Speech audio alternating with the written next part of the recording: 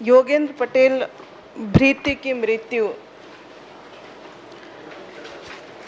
कहाँ पे हुई, कब हुआ, पंचनामा किसके समक्ष किया गया और पोस्टमार्टम कहाँ किया गया, माननीय मंत्री जी बताने की कृपया।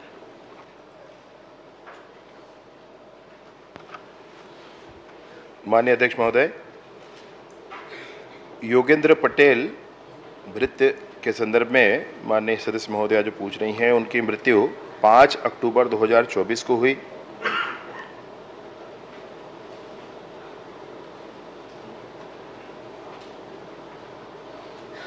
इनकी मृत्यु कांकेर जिला के एक मिनट ना,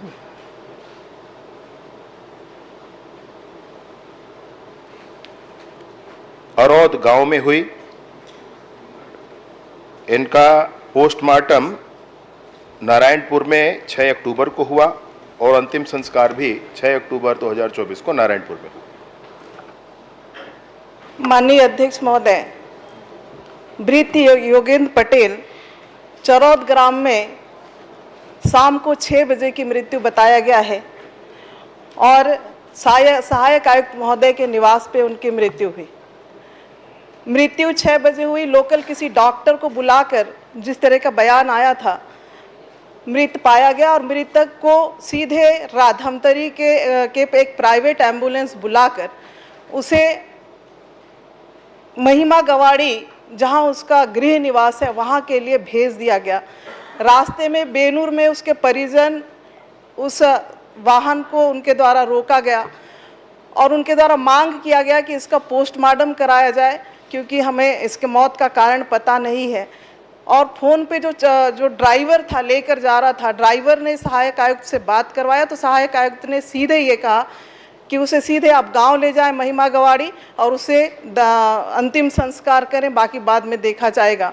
तो मैं ये माननीय गृह मंत्री जी से जानना चाहती हूँ कि अगर किसकी मृत्यु होती है तो पंचनामा कहाँ होना चाहिए, पोस्टमार्टम कहाँ होना चाहिए, ये माननीय गृह मंत्री जी बताने की कृपया। जी माननीय अध्यक्ष महोदय, अगर किसी की असहज मृत्यु हो जाती है तो पंचनामा वही मृत्यु के स्थान पर और पोस्टमार्टम निकटस्थ जो स्थान है जहां पोस्टमार्टम संभव है वहां होना चाहिए।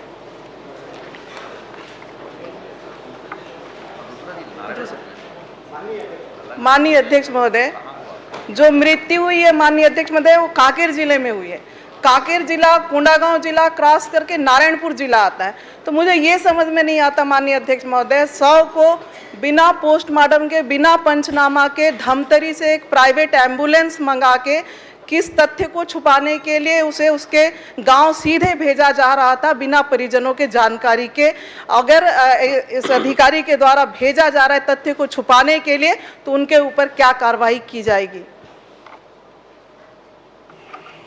माननीय अध्यक्ष महोदय, इसमें शिकायत प्राप्त होने के उपरांत मतलब ये जो घटना हुई ये किस तरीके से उसको लेकर के सीधे कांकेर जिले से नारायणपुर जिला जहां वो उनका स्थान था वहां पर जाया गया और नारायणपुर पहुंचने के बाद इस बात को ये बात सबके ध्यान में भी आई और इनको पोस्टमार्टम कराना ही क्योंकि नारायणपुर में पोस्टमार्टम हुआ इनका।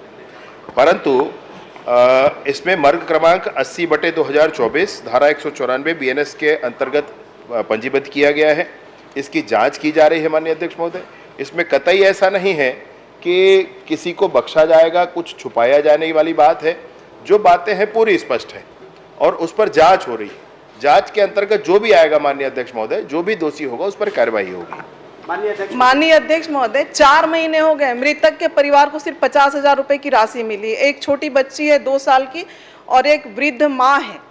मैं माननीय मंत्री जी से कहना चाहती हूँ कि क्यों उस शव को सीधे उनके गृह ग्राम ले जाने का प्रयास किया गया और माननीय अध्यक्ष महोदय उसे जब बीच में रोका गया, नारायणपुर बेनूर में रोका गया माननीय अध्यक्ष महोदय कि बिना पोस्टमार्टम के हम शव नहीं ले जाएंगे और दबाव बनाने के बाद इवन मेरे फोन करने के बाद 4 बजे पोस्टमार्टम हुआ है माननीय अध्यक्ष महोदय।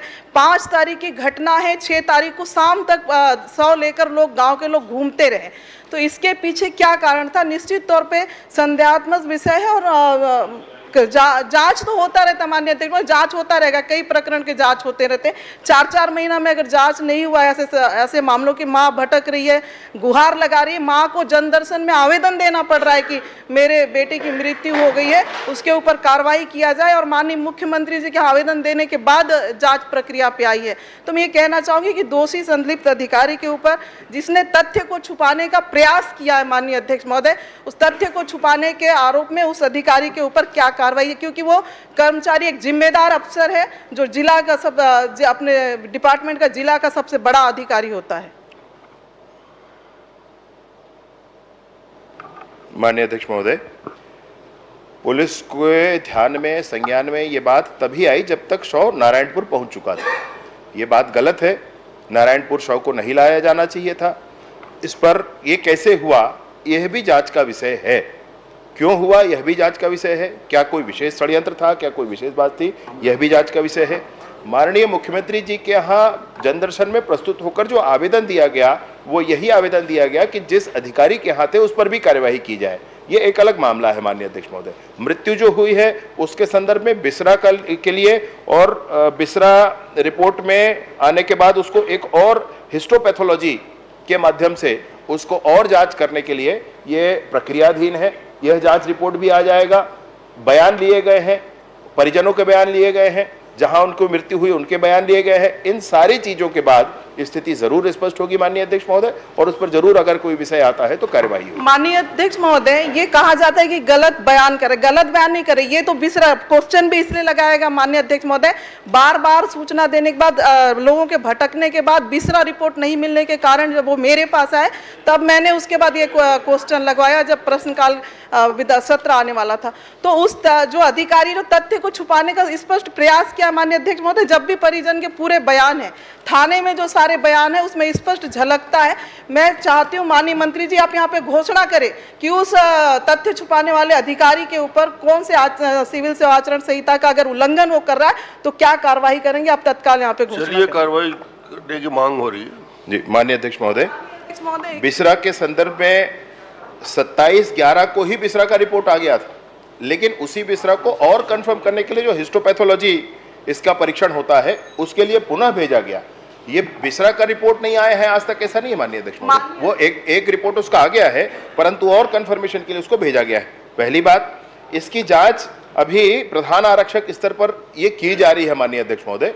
फिर भी अगर माननीय सदस्य महोदया इसमें व्यथित है, मुझे समझ में आ रहा है, मैं निसंदेह आपसे ये कहता हूं कि एसपी, एडिशनल एसपी स्तर के अधिकारी को लगा करके इसकी और पूरी जांच करवा लेते हैं। चलिए ठीक है माननीय अध्यक्ष महोदय, जांच का जो आदेश आती थी महोदय, मृतक की मां और उस बच्ची के भरण पोषण के लिए भी सरकार क्या कदम उठाएगी, क्योंकि वो नक्सल पीड़ित परिवार है माननीय अध्यक्ष महोदय, जो गांव छोड़कर नारायणपुर में आकर रह रहे थे। दूसरी बात माननीय अध्यक्ष महोदय, उसके लिए भी सरकार क्या प्रयास करेंगी?